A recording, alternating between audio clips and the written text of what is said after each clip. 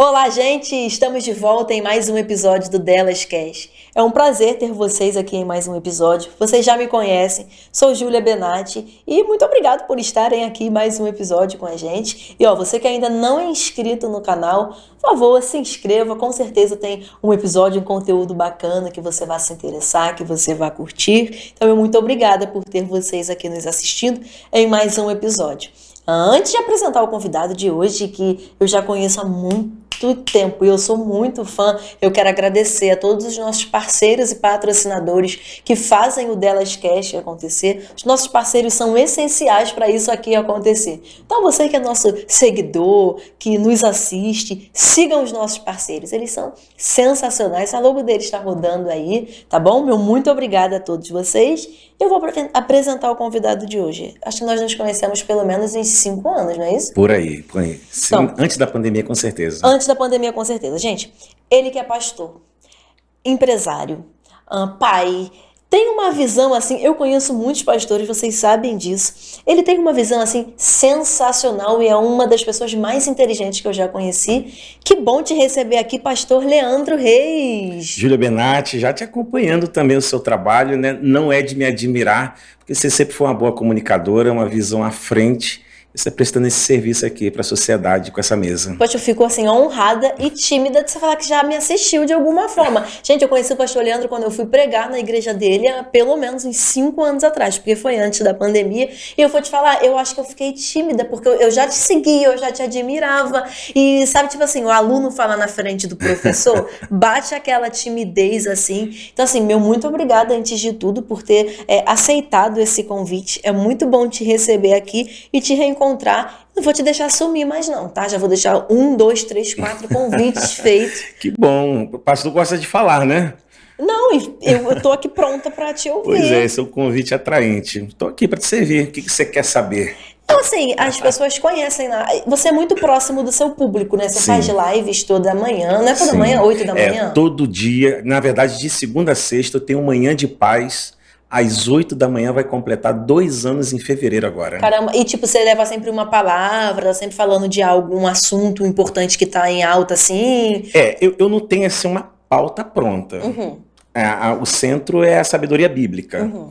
Mas de vez em quando acontece algumas coisas que se tornam pauta quente na internet, a gente aproveita o wave aí. Dá para falar, você tem sempre argumentos bíblicos para falar, mostrar a visão bíblica, certo? Sim, sempre tentando ser contextual. Cara, muito bacana. Então, você é muito próximo dos teus seguidores. Mas ainda assim, eu digo que o bom dos podcasts, eu acompanho algum, é que dá pra gente bater aquele papo sem pressa, trocar uma ideia. A galera, tipo, seguidor novo seu, te conhecer um pouco melhor. Então, eu vou te deixar à vontade pra você se apresentar. O pastor Leandro, fica à vontade. Pois é, pastor Leandro, pastora desde 2005. Me tornei presidente quase por um acidente, né? Eu não queria ser pastor-presidente de igreja. Sério? Exato. Estava na Apacentária em Nova Iguaçu, onde eu fiquei com o pastor Gregório 14 anos. Caramba. Eu fui fundador da gravadora Toque no Altar. Então, entre os anos 2002, dezembro, até agosto de 2006, o Toque no Altar esteve debaixo da minha direção total. Que o pastor Marcos era o presidente, mas ele nem ia na gravadora. Uhum. Ele se cuidava mesmo em presidir a igreja Apacentar. E a gravadora ficava na minha mão. Então a gente já estava ali. Em 2006, o Toque no Altar se tornou um ritmo musical, não só uma banda. As pessoas gravavam CD e falavam assim, não, que tipo de música é essa? Não, é Toque no Altar. Uhum. E aí, em agosto de 2006, eu falei, cara, a gravadora não precisa mais de mim. A gente já tinha aí prêmios internacionais, não tinha mais onde botar troféu. Caramba. No ano de dezembro de 2005, nós vendemos mais do que Padre Marcelo Rossi, Alexandre Pires, Ivete Sangalo, Sandy Júnior com CD, aquele último CD da dupla. Caramba! Alexandre Pires. E a gente estava assim numa onda muito alta. Eu falei, bom, a gravadora não precisa de mim mais.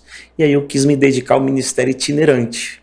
Ministrar, pregar. Exato, porque eu tinha uma veia de pregador, mas a gravadora não deixava eu fazer isso. Consumia seu tempo. Total. Eu visitava a minha casa e morava no Brasil. Onde? Tomava café num lugar, almoçava no outro e jantava no outro.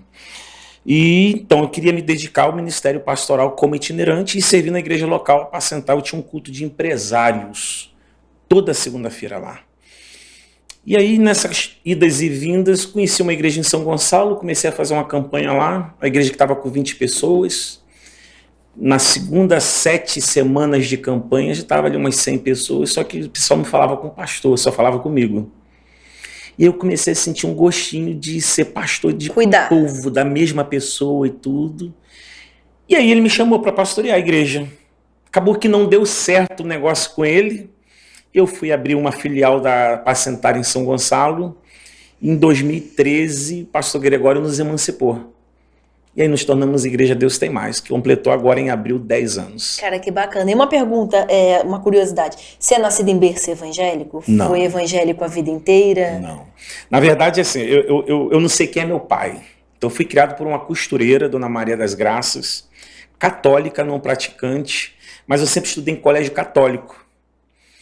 E quando eu fiz 7 anos, ela me deu uma Bíblia. Quer dizer, olha só, católico não praticante, com 7 anos, bateu uma galera do Testemunho de Jeová lá na porta. E aí eu curioso, fui com ela e vi aquela tal de Bíblia ilustrada. E eu apaixonado por desenhos, gibi, mas era pobre. E aí eu falei, compra pra mim, mãe. Ela, quanto é? Não tinha dinheiro. Mas a moça deu a Bíblia pra gente, ilustrada. Foi meu primeiro contato com uma Bíblia, nesse sentido. E apaixonei. Então, quando eu me converti aos 16 anos, na Assembleia de Deus em Belfor Roxo, a matriz... Você foi da Assembleia de Deus e se Sim. converteu na Assembleia de Deus? Ali é a terceira Assembleia de Deus do Brasil, né? A primeira em Belém, a segunda em São Cristóvão e a terceira em Belfor Roxo.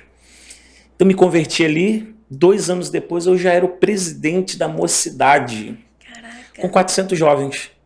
Aconteceu rápido, as coisas na tua Muito vida rápido. foram... Você sempre foi muito... Você é muito bom comunicador, que isso? Sempre foi? Não. Eu sempre fui mais intenso do que bom comunicador. Aliás, eu sou intenso até hoje. Na verdade, eu tinha dificuldade de me comunicar. Eu tenho uma palestra que eu dou que eu falo sobre superação. Os 2 dentes da frente meu eram quebrados. Uma brincadeira em casa, eu bati com a boca na cama, quebrou. Minha mãe não tinha dinheiro para reparar. Então, eu passei uma boa parte da minha infância, adolescência e o início da vida adulta com esses dentes quebrados. Sério? Por um ponto, até uma coisa de comodismo. Só que eu não articulava bem. Eu tinha vergonha de articular para falar. Por conta Exato, para não ficar parecendo muito. E eu sou um cara tímido, pode não parecer, mas eu sou muito tímido. Eu falo isso também, as pessoas não parecem, mas tu extremamente não parece mesmo. Se eu não pareço, tu menos tímido. ainda. Pensa no cara tímido. Sério? Isso aqui para mim é como se eu vestisse um arquétipo de herói mesmo para fazer o que tem que ser feito. Caramba, Isso é não vida parece adulta. mesmo. Sou muito tímido. Eu sou assim, mas eu sempre fui caladona assim. Eu sou Dificuldade de interagir em público. Olha, eu sou o cara que na festa eu fico no canto sentado. Eu toda. Entende? Normalmente eu sou um dos primeiros a ir embora. Assim, Eu muito toda. na minha mesmo. Não, eu vou te falar, hoje eu até ia fazer uns vídeos falando disso, eu sou essa pessoa. Isso aqui pra mim, como só tem nós aqui, pra mim é tranquilo. Mas agora, você quer ver? Gravar publi, não sei o quê. Gente, eu quero divulgar essa... Cara, é muito difícil pra mim. Eu gravo 10 vídeos até um me dá vontade de chorar, porque não é algo que eu faço assim. Eu não sou carismática, eu não sou engraçada. Eu te acho muito carismático. Pois é, mas então, aí tem uma questão que eu ensino, eu tenho 90% já falo assim, das minhas alunas, porque eu tenho um instituto, 90% são mulheres. E é sempre esse gap aí. Eu tenho muita dificuldade de gravar stories porque eu me acho isso, eu me acho aquilo.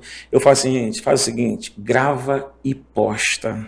Do jeito que tá? Porque se você ficar assistindo, a sobrancelha dessa vez não ficou bom, dessa vez foi o nariz, fez sombra aqui, o cabelo não estava do jeito que tinha que estar. E quem trabalha como eu, que eu só trabalho com alta performance, a gente não tem muito tempo para ficar vendo muito detalhe. Tem que fazer a coisa. Então eu mesmo, eu acabei de falar contigo, cara, hoje eu estava com uma espinha gigantesca aqui. Não dá nem pra ver, gente. Eu fazendo manhã de paz, eu falei assim, cara, eu vou botar um boné. Improvisou ali rápido. Eu boto o boné e vou fazer. Então, assim, essa superação de tela, para mim, é uma coisa muito mágica. Eu uso a minha experiência de timidez, de conseguir fluir para encorajar outras pessoas a fazerem. Porque, olha só, o Bill Gates disse isso há uns 10 anos atrás. Ou o seu negócio está na internet, ou o seu negócio está no cemitério. Caraca, real? Real? Então a gente não tem muita escolha, tem que fazer. Essa é a vida adulta. Você sabia que o nadador, o maior, que eu acho que ele é o maior medalhista olímpico de todos os tempos, que é aquele, um americano, agora o nome dele me fugiu, ele teve que morar Michael Phelps? Michael Phelps. Você sabe que ele morou 6 meses no ginásio antes da Olimpíada?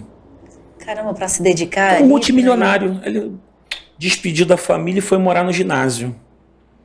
Ele tinha uma câmara hiperbárica na beira da piscina, que era a cama dele. Então ele não nadava na hora que queria, ele não dormia na hora que queria, e ele não comia o que queria. Era o que tem que ser feito. E no final, ele com aquelas medalhas cobrindo o peito dele, que não tinha mais onde botar a medalha, perguntaram, valeu a pena? Ele falou, faria tudo de novo. Então, assim, quando eu olho esses exemplos de superação, e aí tem dias que você sabe, você não quer gravar o podcast, tem dias que eu não quero fazer o Manhã de Paz, tem dias que eu não quero pregar, mas curiosamente são os dias que mais fluem. É disciplina, eu tenho essa visão para academia, não é algo que você gosta de ir para academia, eu vou por disciplina, e aí é uma frase, eu até postei um dia desse, é fazer o que tem que ser feito mesmo sem vontade. Exato. Tem uma técnica que eu aprendi com o Wendel Carvalho, na mentoria. Pessoal, quando eu não quero fazer um negócio, eu não quero muito fazer. Eu não quero fazer. Mas eu sou adulto. Então eu vou fazer só 5 minutos. Eu não quero ler. Não, mas eu vou ler 5 minutos. Você não vai ler 5 minutos. Você já começou a ler. Que o problema é sair da inércia. Eu não quero treinar. Não, então eu vou me arrumar, vou tomar o pré-treino, vou para academia, vou fazer um cardio. Na coisa que o sangue esquentou, você tá vendo os outros treinando, aí você vê o shape daquela inimiga que tá ali do seu lado ali, daquele cara, pô, isso não é possível. Eu não, vou treinar também. Eu tô aqui, né? É desse jeito. Então essa técnica, não, só 5 minutos. É uma forma de você driblar o cérebro. Porque o nosso cérebro, ele não é nosso amigo, né? É verdade, a mente ele não coopera. Verdade. Saiu um artigo na revista super interessante, capa da revista. Cérebro, um grande perdulário, que é gastador. Então o cérebro só quer o que ele quer. Ele não quer o que a gente precisa.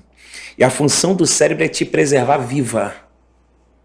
E uma das maneiras dele te manter viva por mais tempo é te poupando. Caramba, faz sentido. Vou repetir isso aqui.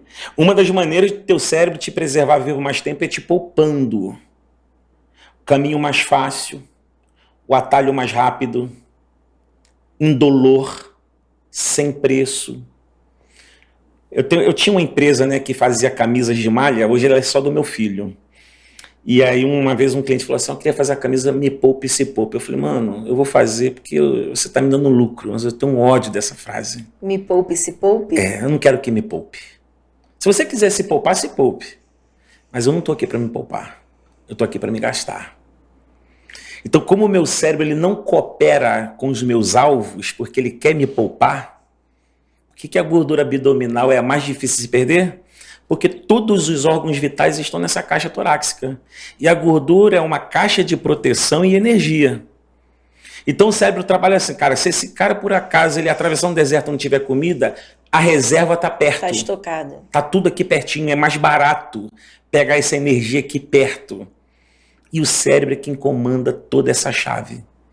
Quem corre sabe.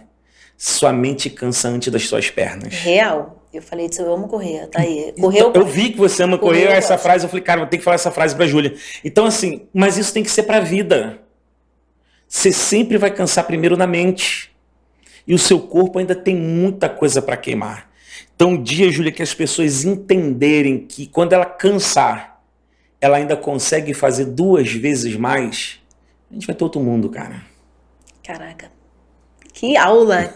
10 primeiros minutos, tô nem sentindo passar. Que aula! Então, cara, que massa. E eu gostei muito do que você falou sobre ter usado um trauma, talvez, por conta do dente. E hoje aqui você já me deu várias aulas aqui de tipo, caraca, o cérebro realmente cansa primeiro. É verdade. Mesmo sem vontade, pega e faz. Nem que seja só 5 minutos. Cara, eu guardo muitas coisas, ainda mais coisas que de fato me edificam de alguma forma, sabe? Então, cara, que massa. Então não foi um cara assim, com a comunicação impecável desde sempre. Não. Acabei de descobrir descobri isso, não sabia. Não. Se não falasse também não saberia. Não. Só que eu tive uma professora, como eu era bolsista na escola particular, a primeira que eu fui estudar, minha mãe costureira, eu era bolsista. Então o bolsista ele não pode fazer o que quer, porque eu tenho que justificar o desconto que a escola me dá. Eu tinha que tocar na banda e jogar handball. Eu cheguei a jogar como federado 2 anos aqui no Rio, na Copa Juventude da NAP. Eu era pivô por causa da minha altura. E aí teve uma feira de ciências. Pô, você sabe que feira de ciências todo mundo quer fazer o quê? O vulcão que sai fumaça, um negócio que sai relâmpago. Verdade. Que é coisa que, assim, que gera impacto visual, né? Que é bacana de se mostrar. Pô, meu pai vai ver, meus amigos vão ver. Rola aquela competição de quem faz a melhor apresentação. Mas eu era bolsista. E aí eu tinha que apresentar o quê? A língua portuguesa. Que ninguém queria falar sobre correio. Comunicação na época era correio. Não tinha WhatsApp, tinha rede social. A rede social era você escrever uma carta, coloca no envelope, leva na agência e ela vai chegar no destinatário. E eu tinha que explicar esse processo. Não, era o que me restava. Então a professora de português, uma preta linda, a doutora Celeste, aquela mulher foi um anjo para mim. E eu tenho uma foto dela aqui, depois eu vou te mostrar essa foto, se a produção quiser colocar essa foto aqui, sabe? Porque ela foi um anjo para mim, porque um dia a aula acabou, ela falou assim, faz a apresentação para mim, Leandro. Pensa uma preta, magra, elegante, mulher linda. Aí eu falei, mas assim, sem nada, eu tinha o quê? 11 anos. Ela é agora, você tá pronto? Eu falei, tô. Aí eu comecei a falar, ela falou assim, não gesticula. Quando você for falar da carta, faz assim, ó. Na hora que você vai entregar a carta, abre a boca. Aí ela fala assim, ó, pega esse lápis, coloca na sua boca. Faz a apresentação com lápis na boca. Agora faz a apresentação sem o lápis na boca. Ela estava me treinando para oratória. Para eu trabalhar minha mandíbula, para eu articular, tirar a vergonha de mostrar o dente. Só que ela não sabia que com 11 anos ela estava treinando um menino para fazer feira de ciências apresentando correio, e que hoje eu já falei para mais de 1 milhão de pessoas, ao vivo, seja em treinamento ou em pregação. Então tudo na vida é um treinamento. Marcou tua vida, né? Massa quando marca a nossa vida assim. Todos os dias do mestre eu posto a foto da professora Celeste no meu Instagram. Ela tem rede social? Ela já é morta. Só que eu tive a graça de, há uns 8 anos atrás, eu achei o lugar onde ela morava, cacei ela na rede social e fui na casa dela levar um presente. Cara, que bom, que e bom ela já ter estava essa bem oportunidade. Velhinha. Não podia perder essa. Então ela foi a minha primeira libertadora nesse sentido. E sentido. ela lembrou de ti, assim? Mais ou menos, que ela já estava bem velhinha, mas assim, para mim valeu tudo, assim, né? Foi muito especial eu poder, eu não sei se para ela importou, mas para mim teve muito valor aquilo ali. E aí eu tive outras pessoas, o seu Pacheco, que foi meu primeiro patrão, ele investiu profissionalmente em mim, na Falarte. Aí eu fui fazer oratória mesmo, programação neurolinguística, técnica de vendas, e é quando eu começo com 21 anos a trabalhar com vendas de forma profissional. Porque eu, como filho de costureiro, eu vendi tangerina, vendi abóbora, já vendi galinha, linguiça, limão, sacolé, mas era muito assim, instinto de sobrevivência. Com 21 anos eu vou para uma gráfica. E sem te cortar novamente, eram só vocês? Você tem irmãos? Então, eu tenho uma irmã por parte de mãe e 3 irmãs que foram criadas comigo, mas era por parte de padrasto. Entendi. Então, mas assim, aquela infância bem complicada, mas sem vitimismo.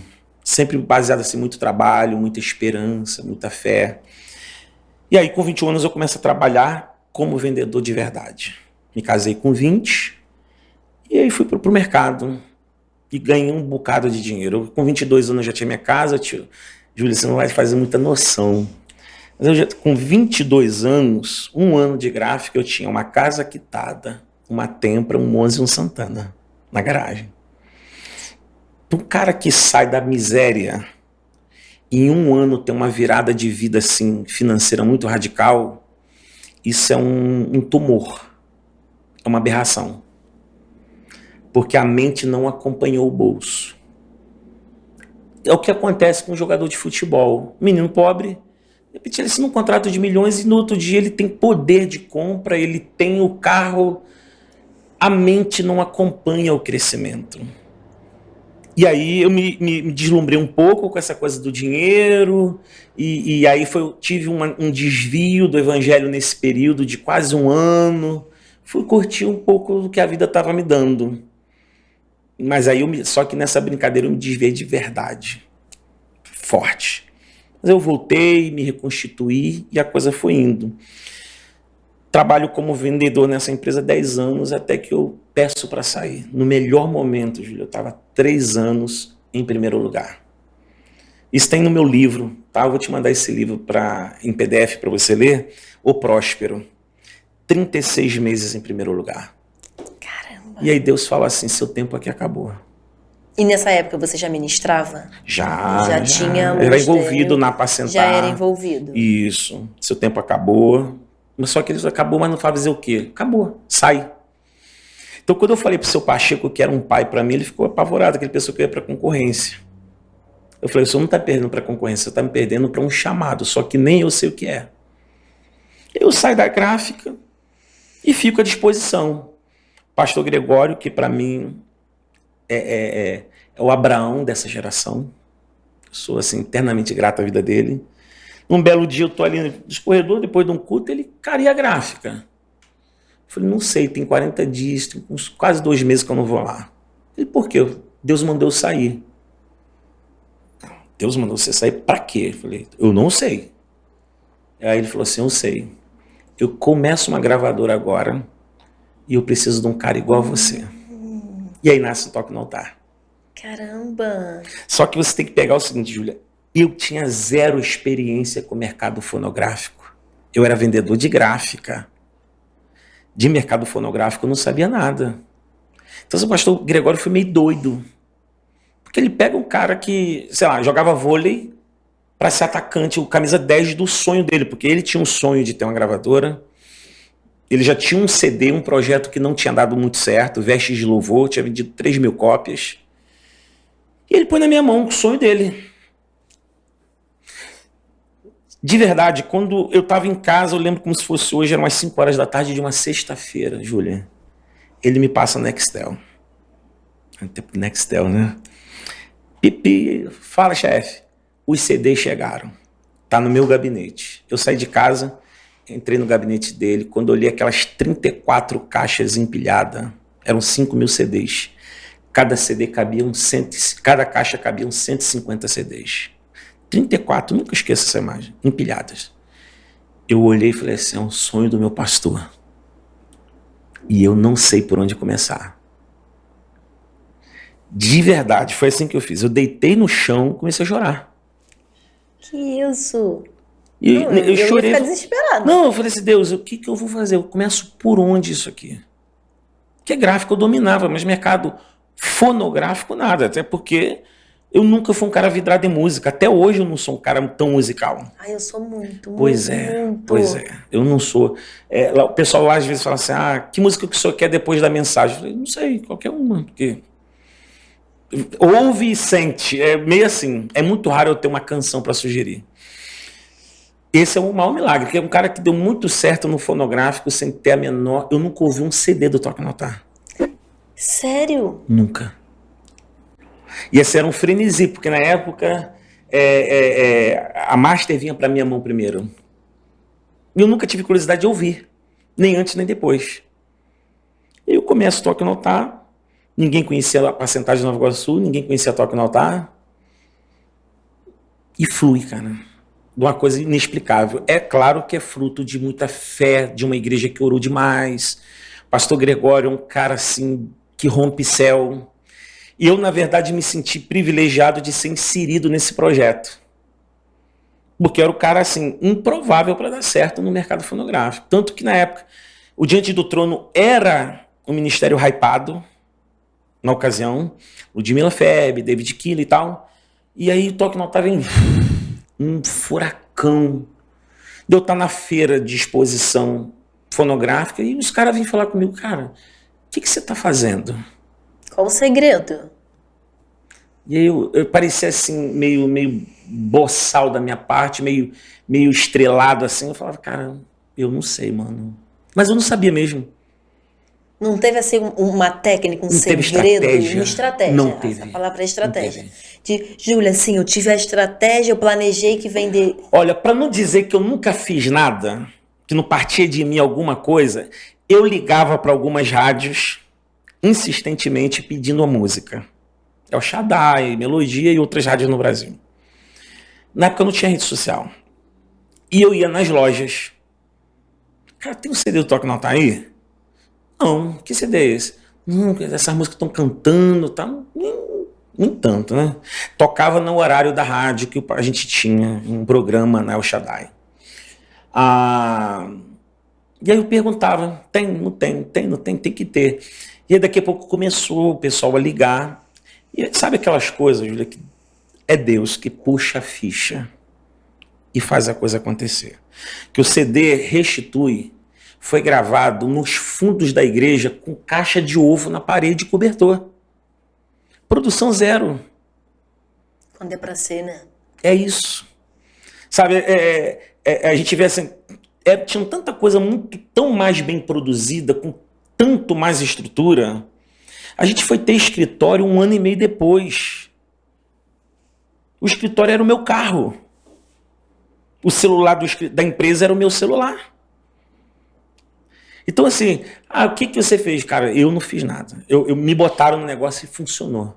Eis-me aqui, tô aqui. Não E fiz deu muito. muito certo. Só que aí tem um problema. Em 2006, no auge, é quando, de novo, aquela voz fala assim, seu tempo aqui acabou.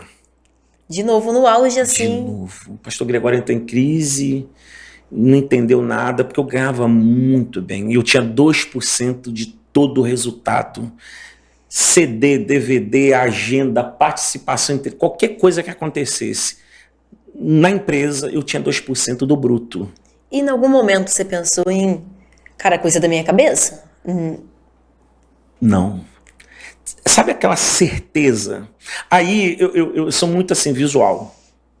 Aí eu leio assim, quando Deus falou para Abraão, Gênesis 12, sai. Eu ia mencionar agora Abraão com a vida estabilizada. O pai dele era terá, um latifundiário, um fazedor de imagem, um cara milionário. E eles larga tudo e vai para onde? Vou te mostrar no caminho.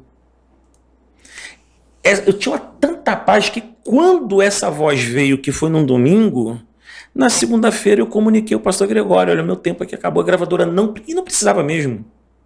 Não precisa de mim. E foi uma loucura. Porque ele falou assim, cara, mas como que você vai ganhar isso que você ganha aqui aonde? Alguém te fez uma proposta? Porque havia aquela nuvem no mercado que eu era o cara, mas eu não era. E eu sabia. Alguém te fez uma proposta? A Graça Music, a Sony Music? Não, não tem proposta. Eu estou abrindo mão para servir o ministério pastoral. Eu quero pregar. Mas você não vai ter esse dinheiro pregando. Eu falei, eu sei. Mas em algum momento foi um problema entre vocês? Porque, cara, que relação Foi. assim. Que isso, eu não sabia. Eu te conheço há tantos anos e que bom que. Foi. Foi porque ele achou que era insubordinação minha. E eu entendo hoje o lado dele, porque você imagina uma empresa que na época faturava, sei lá, 4 milhões de reais. E a mente, todo mundo achava que eu era a mente da coisa, sai.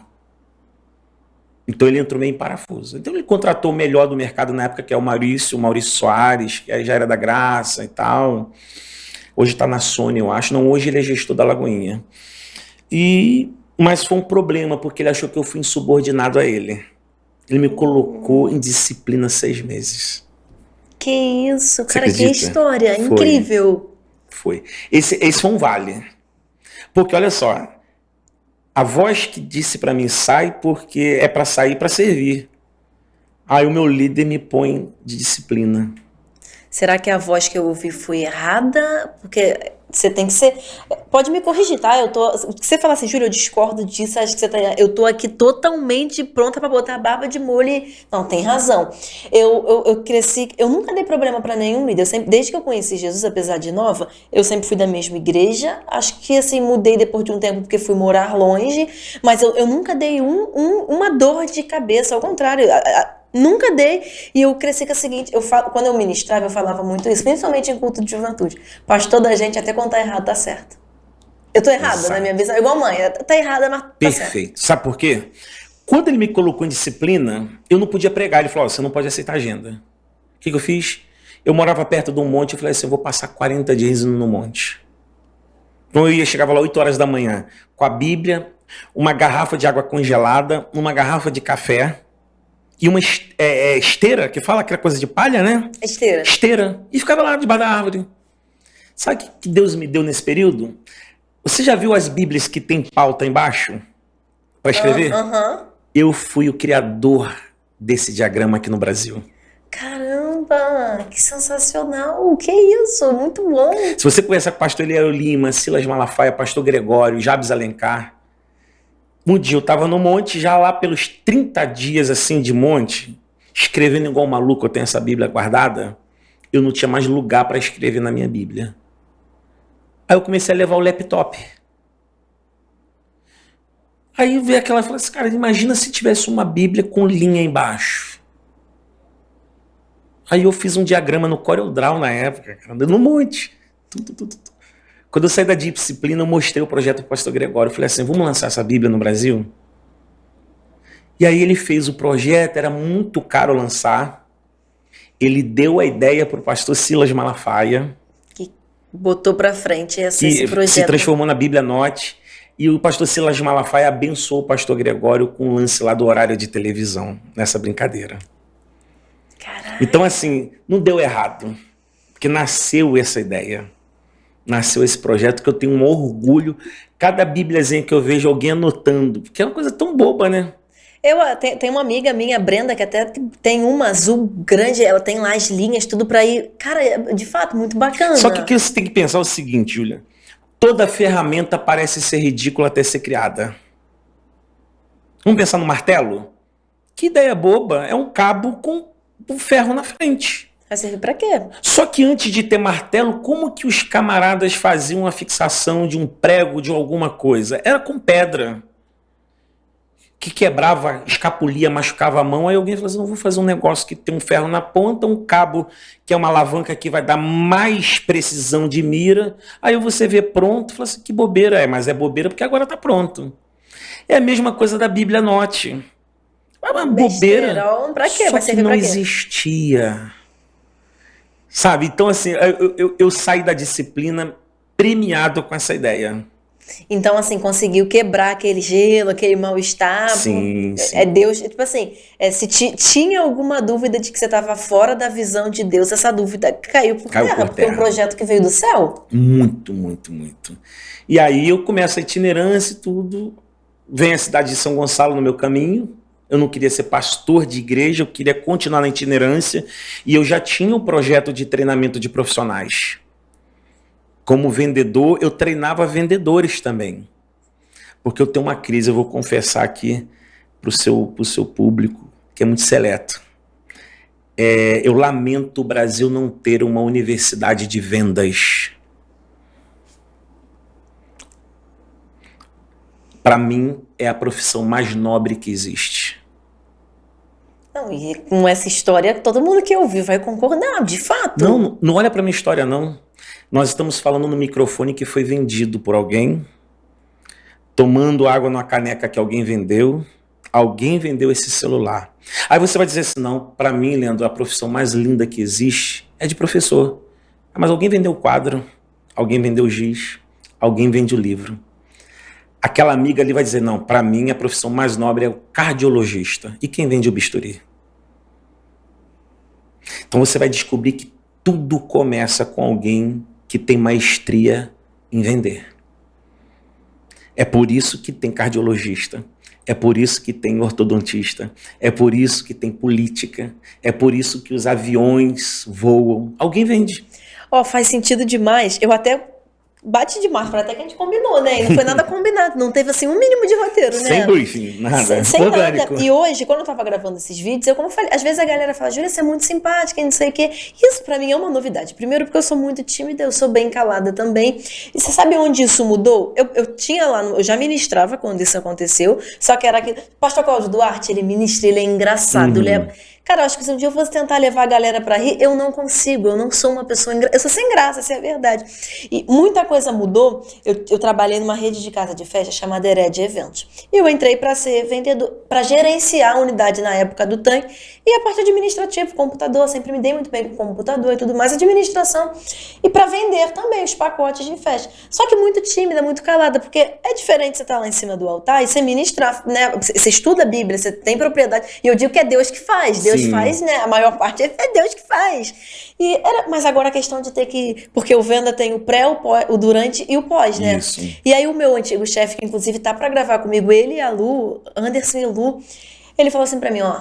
É isso e isso. E ele foi me ensinando as técnicas de venda dele. E, assim, sem comparações com a tua história, mas até hoje ele fala, não teve uma vendedora que se compare aos teus recordes na Hered. Porque eu entrei pra vender, e aí ele me ensinou a fazer cerimônia de 15 anos, porque eu gerenciava as festas também. Cara, eu falo, o Anderson me ensinou, ele e a Lu me ensinaram 80% do que eu sei. Porque depois disso eu tive outras experiências, vendendo, atendendo, com o público. Eu falo isso pra ele, que ele melhorou muito esse mim. Porque eu entrei pra mexer no computador, e eu saí como a maior vendedora de pacotes de 6, 7, 8 mil reais de casa de festas. Até hoje, não tiveram outras pessoas, né? Então, de fato, faz muito sentido. O que o Anderson me ensinou, não apenas para vender, porque hoje eu não tô mais em vendas, mas acho que se hoje eu tô aqui com o meu podcast... Você vende uma mensagem. Me comunica... Exatamente, se eu vendo o meu programa hoje, foi graças ao Anderson e a Lu. Cara, nossa, a gente está vendendo toda hora. Uma mãe está vendendo para um filho um princípio. Uma instrução. A sua professora te vendeu uma técnica que hoje você muda a vida de pessoas. Sabe, ela me fez romper. Então, assim, vendas é a profissão mais nobre que existe. Só que ela é muito maltratada no Brasil. Por quê? Porque ela não dá canudo. Você não tem formatura de vendedor. Você tem de administrador. Tem formatura de teologia. E de vendas não tem. Só que o brasileiro, ele é treinado para formar. Vou estragar seu podcast. Por quê? Porque a gente foi treinado a vida inteira para ter uma formaturazinha, um diplominha, o chapeuzinho, o canudinho. Meu filho vai ter formatura.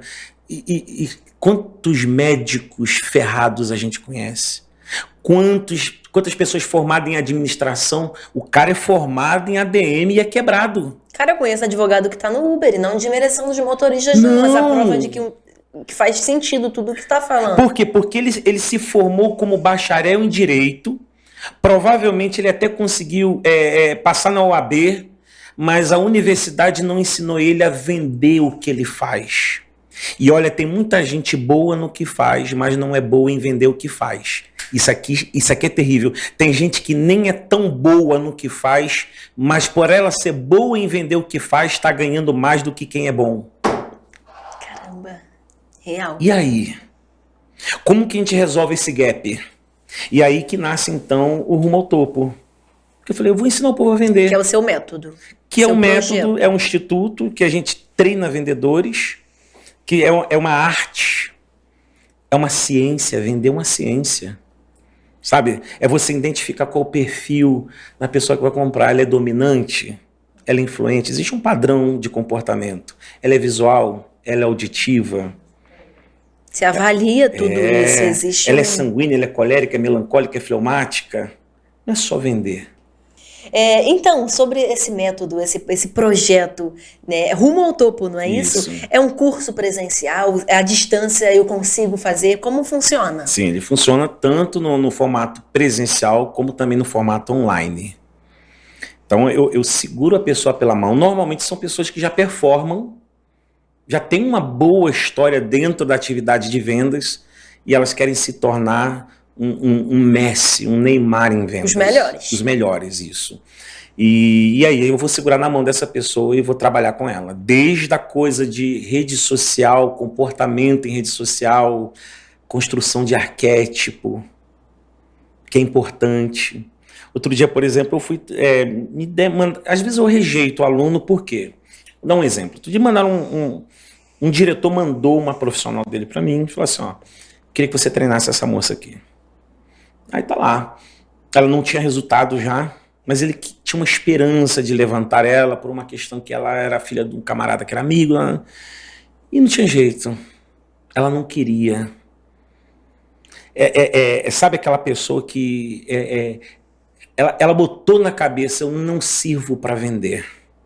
Não é pra mim. Não é para mim. Porque as pessoas acreditam que as pessoas nascem vendedoras. É dom. Sim, tem pessoas que já nascem com aptidão, com facilidade. Mas vender é extremamente treinável.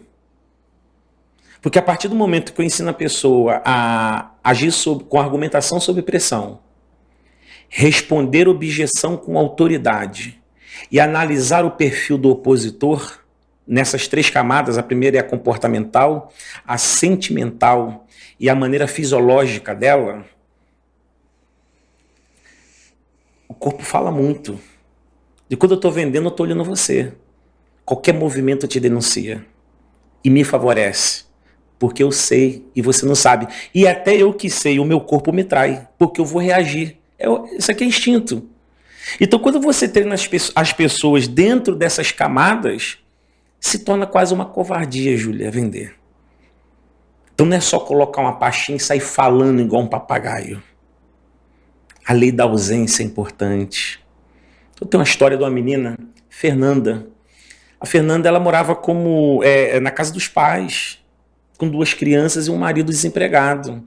E ela entra para estudar comigo, ela tinha que bater 1 milhão de resultado em 3 meses, ela bateu 1 milhão e 40 em 1 mês. Já passou. Não, em 1 mês. Era 1 milhão em 3 meses. Caramba, em 1 mês. Em 1 mês ela bateu 1 milhão e 40. Ela ganhou um HB20 branco, 0 quilômetro, e uma comissão de 60 e poucos mil reais em 1 mês. Para quem mora de favor... É uma virada de chave. Dá pra mudar de vida. Dá pra... Não. Não? Deixa eu te falar uma coisa. As pessoas de mentalidade próspera, elas sempre vivem abaixo do seu padrão real. Sabe onde a Fernanda Capo errou? Ela ganhou um HB20 e 60 mil. Ela tinha que continuar os outros meses trabalhando como se ela tivesse ferrada. Sim. Só que não. Ela alugou uma casa, ela foi mobiliar a casa, ela foi fazer extensão de cílios, ela foi fazer aplique no cabelo, ela foi colocar não sei o quê. Mês que vem, o resultado não aconteceu. Aí ela veio chorando. Eu falei assim, eu já sabia que você ia se trair. Sabe por quê? Porque você está se vingando da criança pobre. Então, quando você ensina as pessoas dentro dessa arte de vendas, quando ela ganha dinheiro, não é o problema. O problema é quando ela ganha o dinheiro, o que ela vai fazer? Isso acontece com o pastor, Júlia. Você sabia que lá na Igreja de Deus Tem Mais a gente tem a Future? A Igreja Future, ela é o dobro do tamanho do templo principal. O templo tem 1.500 metros. A Future tem 3.500 metros. Leandro, mas você é maluco, as crianças não dízimo, Só que eu não estou olhando para isso. Eu estou treinando. Olha, elas têm aula de gestão de recursos. A gente dá dinheiro. A gente não, né? Os pais vão dar o dinheiro para a criança e a tia ensina ela a fazer livro caixa. Porque eu estou respondendo uma coisa que eu comecei a te falar lá atrás. O brasileiro ensina filho a ir para a formatura. Eu não sou judaizante, mas a cultura judaica, em parte, ela é extremamente linda. Porque o pai judeu não ensina filho a ser funcionário de ninguém. Ele ensina o filho a ser dono do seu negócio. Olha como que a escolarização é um problema. O que é escolarização? Qualquer lugar do Brasil é assim. A criança acorda, bota um uniformezinho, não é assim? Pega a merendeira e vai para um lugar chamado escola. Ali ela entra num ambiente chamado sala de aula, que tem uma persona chamada professora ou professor, que é quem fala e ela ouve, sem questionar. Obedece. Daqui a um pouquinho toca uma campainha. Hora do lanche. A criança pega a merendeira, vai lá para o pátio, lancha. 15 minutos. Corre. Porque toca a campainha, ela tem que voltar para o mesmo lugar, sentar na mesma cadeira e se submeter à mesma voz sem questionar, até que toca a campainha, hora de ir embora, tirar o uniforme. Desde pequeno, essa criança está sendo doutrinada a ser empregado de alguém. A colocar um uniforme, ter hora para entrar, hora para sair e obedecer uma voz sem questionar. É verdade. Isso é escolarização, isso não é educação. Educação é você pegar a criança, coloca o Mateus, meu filho, só tem um Mateus de 28 anos. Com 12 anos eu chamei ele e falei assim, hoje você agora, a partir de agora, a sua mesada vai ser mensal. Então você gasta do jeito que você quiser. Se você na primeira semana gastar tudo, você passa 3 semanas duro. Se você fizer uma gestão responsável, sobra dinheiro no final do mês. Aí eu peguei uma folha de papel, escrevi entrada, saída, e escrevi lá em cima, entrada, o valor da mesada, que eu não lembro quanto é hoje. E agora, meu amigo, você administra isso aqui. Mudou a vida dele de alguma forma. Ele aprendeu isso cedo. O meu filho, ele foi funcionário de uma empresa por escolha. Ele foi fazer um estágio num escritório de advocacia muito grande, inclusive, e depois ele foi empreender. Além de todo mundo vai empreender? Não. Senão não vai ter quem faça. Só que a minha missão é encontrar os sonhadores visionários que querem se libertar dessa camada e serem oportunizadores. E por incrível que pareça, Júlia, 90% mulheres. Caramba, então as tuas alunas, a maior parte é mulheres, você mencionou isso, né? Parte. Ontem de noite, uma das minhas alunas, a Priscila Serrano, que é uma grande influencer, né, ela já foi ovelha minha, ou ainda continua sendo mentoreada, ela ainda me procura, a gente conversa. A menina que saiu do lixão de São Gonçalo e faturou quase 15 milhões em 2 anos no mercado digital. Sabe, ela conta a história dela, ela engravidou um cara que era casado, ela tinha tudo para ser uma desgraça, só que ela acreditou que aquilo ali não era para ela. Então ela era feia.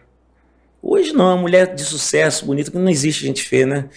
O dinheiro, o rica vírus pica as pessoas com bom gosto fica bonita. Então, uma mulher de sucesso, uma mulher bonita, uma mulher visionária que está andando com os grandes players do mercado e saiu do lixão, cara. Lixão de São Gonçalo.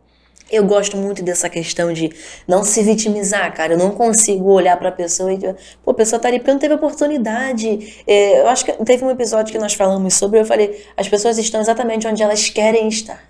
Isso. Concorda com isso? 100%. E eu te ouvido, eu concordo mais ainda com isso. E aí eu sou um pastor e de certa forma a igreja não ajuda tanto nesse aspecto. Por quê? Nem todas. Tem muita gente que já estourou essa bolha, que é levar tudo para o lado espiritual. Tudo se resolve com oração, com campanha, com jejum e com oferta. Nossa, eu sou muito contra isso. Não dá pra espiritualizar tudo. O copo quebra o diabo. Não, o copo quebrou porque eu esbarrei. Não. Eu falo muito, já fui até criticada por expor isso. De forma alguma. Aí se a igreja não ensina a sua comunidade a se preparar para a vida e para o mercado, como se tudo for apenas espiritual, eu estou cometendo uma aberração, uma atrocidade. Porque se tudo se resolvesse de forma espiritual, Jesus não precisaria de time, 12 apóstolos. Ele resolveria tudo sozinho, porque ele era Deus em essência, divinamente Deus. Mas ele precisa de um time para começar um projeto que está há 2000 anos dando certo. Por quê? Porque começou com um time que soube passar a visão e a cultura para frente. Então, na Deus Tem Mais, toda mensagem que você vai ouvir eu pregando, eu tenho uma aplicação espiritual do texto. Mas o auditório tem que ir para casa com um deverzinho. Onde isso se encaixa na minha vida? Qual área? Qualquer área. Seja na área familiar. Existem 7 pilares que são fundamentais. Família, finanças, vida profissional, emocional, sentimental, saúde do corpo e a saúde da mente. Então, o que é vida plena? Você treina. Pô, na tua academia tem gente que cresce de forma assimétrica. Exemplo, o cara só gosta de treinar peito e ombro. Aí você olha pro corpo dele, tá feio. Porque não é simétrico. Concorda comigo? Claro, com certeza. Os caras não treinam perna. Fica grande em cima. As mulheres não treinam superiores. Só que um corpo estético ele tem que crescer de forma simétrica. Vamos levar isso para a vida? Na vida, essas 7 áreas. Se o cara só foca no espiritual, do que adianta você ser extremamente espiritual e duro? É verdade. Do que adianta você ser extremamente espiritual, mas você não cuida da saúde? Você profissionalmente é uma pessoa derrotada, não realizada. Infeliz ali fazendo o que não gosta. Então, a vida de João 10,10, vida em abundância, não é no céu, cara. Porque lá já está feito, já está pronto, eu não tenho participação sobre o que acontece lá. A vida em abundância de João 10,10, ela é para acontecer aqui. E não depende de Deus. Depende de mim. Porque as ferramentas ele já me deu. O diabo não toca nas finanças de quem tem conhecimento financeiro. Porque se fosse assim, o ímpio não enriquecia. Verdade, eu falo isso, o sol brilha para todos. Tem crente lascado, desculpe o termo. E muito lascado. E tem ateu, a pessoa não acredita em nada e tá ali bem de vida. Muito bem de vida. Por quê? Porque ele entendeu o jogo do dinheiro. Gestão, aplicação. Eu brinco com os alunos, fazer dinheiro, ensinar o dinheiro a fazer dinheirinho. Cachorro não faz cachorrinho? Gato não faz gatinho? Dinheiro tem que fazer dinheirinho. Mas o brasileiro ele não aprende a botar o dinheiro para trabalhar para ele. Ele acha que poupança é aplicação. Poupança não é aplicação, é correção, que nem sempre corrige monetariamente. E as nossas crianças, jovens e adolescentes na Igreja de Deus Tem Mais, elas aprendem essas coisas também. Cedo. Desde cedo. Então, por exemplo, eu tenho meninas lá de 12 anos que elas têm um negócio delas. Empreendem. Vendem bijuteria, vendem perfume. Aí você começa a olhar, por exemplo, na pandemia, muita igreja em São Gonçalo fechou. A nossa igreja na pandemia cresceu quase 20%. Em membresia e em recurso. Com essa tua visão. A tua igreja, eu te conheço há 5 anos, sempre foi muito próspera em tudo. Você olha, é fácil identificar quando uma igreja é próspera. Sim. E não, certo? Só que eu estou em São Gonçalo. O segundo colégio eleitoral do estado, considerado bolsão de miséria. Por quê? São Gonçalo não tem vocação turística, comercial nem industrial. É cidade dormitório. E aí? Como é que você sai dessa bolha de conformismo? Com informação.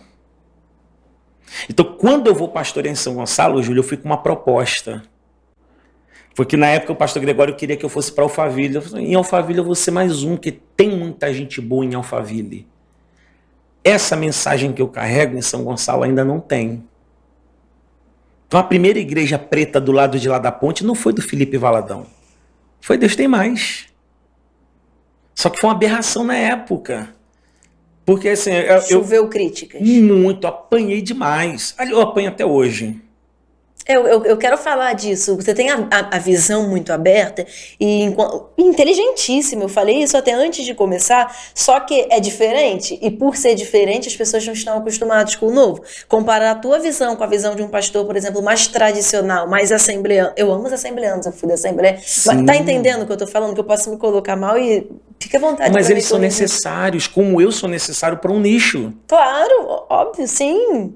Entende? Então, assim, aí quando eu fui para São Gonçalo, a Deus vai te dar essa cidade. Não vai, brother.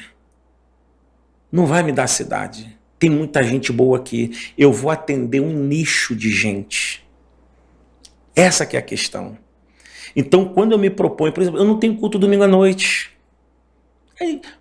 Mas tapa. Apanhei pra caramba. Por quê? Porque quando eu tiro o culto de domingo à noite... Os meus amigos PRs começaram a perder membro para mim, porque o povo está cansado de domingo de manhã, domingo à noite, aí segunda tem o culto disso, terça o culto daquilo, quarta o culto daquilo, e eu digo assim, eu não quero vocês enfiados dentro de igreja, porque evangelho se manifesta lá fora, aqui a gente treina para manifestar lá fora. E domingo é dia de cultuar, mas depois é dia de ir para o Maracanã, é dia de ir para a praia, é dia de lavar o carro. com o filho, jogar sabão no outro. É dia de ver Netflix no ar com 15 graus, comendo essa pipoquinha em paz. Eu já tive um culto de manhã, cara. Só que, infelizmente, Júlia, nem sempre, não são todos, né? Nem sempre igreja é só igreja é negócio. Eu sei que o seu microfone é aberto para ouvir verdade. Para mim não é negócio. Para mim é um propósito. Então não preciso ficar tacando culto todo dia para fazer caça-níquel. Eu lanço uma bela de uma mensagem no domingo e eu falo assim, cara, agora vai viver isso aqui que você aprendeu. Porque senão eu vou ter um povo obeso espiritualmente e anoréxico de resultado. Caraca, que isso? Que aula! Não, que isso? Desenhou isso aqui? Sim. Obesidade espiritual. Tá ali estagnado, né? Pessoas Sabe obesas. tudo de Moisés, Elias e Abraão. Obesidade espiritual. Anorexia de resultado. Duro, não para em lugar nenhum, deve todo mundo, mora de favor, filho não consegue estudar num lugar digno, não cuida da saúde, não tem lazer. Relacionamento falido. Relacionamento falido. E Deus não chamou um povo para ser obeso espiritual e anoréxico de resultado. Porque quando você não tiver mensagem para pregar com a boca, o resultado prega. É verdade. Que isso, não. Sensacional, pastor. Muito importante, essa visão não justifica. Eu acho que eu sou a pessoa que menos me vitimiza na vida. Eu não gosto desse negócio de tô assim por causa disso, tô assim por causa daquilo. Ao contrário, eu tô afastada da igreja, tá? Desde 2020 eu me afastei da igreja. E quando eu me afastei, né, eu não estou justificando o meu afastamento, não. Foi para estudar, para terminar a faculdade, para fazer faculdade, eu trabalhava, para me dedicar à minha vida pessoal também. Eu falo muito disso. É muito jovem, eu falo de mim, pô, eu comecei a ministrar, nunca parei de estudar, ao contrário, sempre tive a minha vida à parte. Só que é muito itinerante que bota a Bíblia embaixo do braço, a pessoa não sabe nem escrever o próprio nome, cara. A pessoa fala tudo errado. E tudo bem, né? Eu conheço pessoas lá que pregam e não sabem ler, são analfabetos. Só que eu falei, não, cara, não tá certo. A pessoa passa o dia inteiro no monte, depois na igreja, prega todo dia, mas a pessoa não tem dinheiro pra comprar um cachorro. Não foi o meu caso nunca, não. Mas assim, eu saí pra ir, nunca foi o meu caso, graças a Deus, eu não vim dessa realidade sabe? Mas eu saí pra isso, pra focar no meu profissional, pra terminar a faculdade, pra estudar. Eu tenho 23 anos e aos 30 eu quero estar muito melhor do que eu estou hoje aos 23, sabe? E aí eu parei por isso, só que nisso, o que eu recebi de ataque de pastores que, com certeza, graças a Deus, de todas as igrejas que eu ministrei, eu acho que 70% eu tenho porta aberta, mas os 30% acharam um absurdo. Eu fiz um comunicado, eu não estou me afastando da igreja, eu não tenho mais condições de me dedicar ao ministério itinerante, porque eu trabalhava nessa rede de casa de festas que foi, assim, muito boa financeiramente pra mim, trabalhava aos finais de semana, então, assim, final de semana é festividade, geralmente, eu não poderia mais ministrar em festividade, e eu fiz um comunicado, e o que eu recebi de ataque, de que você tá abandonando o chamado, eu até errei depois, que eu estou afastada do evangelho hoje, e não por nada não, por quê? Porque esfriei e eu sou muito intensa também. E fazer de qualquer jeito, ir ao culto por ir, igual eu ia pra escola, às vezes que eu ia por pura obrigação, eu preferi não fazer mais, sabe? É o que você fala, tem muita gente que tá ali, porque é um negócio, que vive daquilo ali. E eu nunca quis viver daquilo ali. Todo respeito aos meus amigos itinerantes que vivem, todo respeito, eu não estou aqui desmerecendo ninguém. Eu tô dizendo de mim, eu não conseguiria viver dessa forma. Então assim, o que eu recebi de hate, você tá abrindo mão do chamado de Deus na sua vida por causa de ganância. Até hoje eu devo ter esse comunicado no meu Facebook. E te ouvindo, eu fico feliz, porque a minha visão... Não estou aqui falando do meu afastamento do evangelho, não. Mas assim, ter colocado de uma... Eu acho que dá pra conciliar. Eu acho que pra quem tem, dá pra conciliar muitas coisas, sabe? Imagina se em 2020, vamos imaginar que você fosse minha ovelha. E esse sofisma não existisse. Porque sofisma é uma mentira que parece verdade. Isso é sofisma. Qual sofisma? Não, você tem que ser, para ser espiritual, tem que estar enfiado dentro da igreja. Aí é culto domingo de manhã, domingo à noite, evangelismo, culto de... Eu não tenho culto de jovem sábado. Ó, pra não te cortar, eu cheguei num tempo, eu com 15, eu pregava todos os dias. Eu já preguei, eu já falei isso, tem episódio, principalmente com episódio quando é nicho evangélico e tal, eu já preguei em um único dia. Deus é testemunha do que eu tô falando, e se puxar no meu Facebook, que é o único veículo de comunicação que ainda tem, que meu Insta é novo e tudo mais, eu sempre tive muita preocupação com a questão do escândalo, do que vão pensar e tudo mais, tanto que eu me afastei da igreja em 2020, mas eu só fui expor isso agora recentemente, sabe? Mas eu já cheguei em dias de eu pregar 5 vezes em um dia. Eu acredito. Eu acordava, pregava numa consagração, almoçava pela rua, eu e um amigo meu, o Jefferson, almoçava na rua, depois ia para uma consagração de tarde, para culto, mini vigília. Vigília 1, vigília 2, vigília 3. E eu dava aula dominical para a juventude e já ia acordar. Agora, se eu fosse teu pastor, eu ia falar assim, vem cá, bebê, para. Número 1, foca no seu estudo. Outra coisa, eu falo isso com o pessoal lá. Outro dia um pastor virou para mim e falou assim, paizão, tem alguns que me chamam de paizão, é coisa carinhosa, não é porque eu exijo, não. Eu não acredito nesse negócio de, meu pai espiritual, nada disso. Me chama de Lelê, Leandro, mas pega o que eu tô te ensinando e faz, brother. Quer me honrar? Faz o que você tá aprendendo, vai viver, dá certo.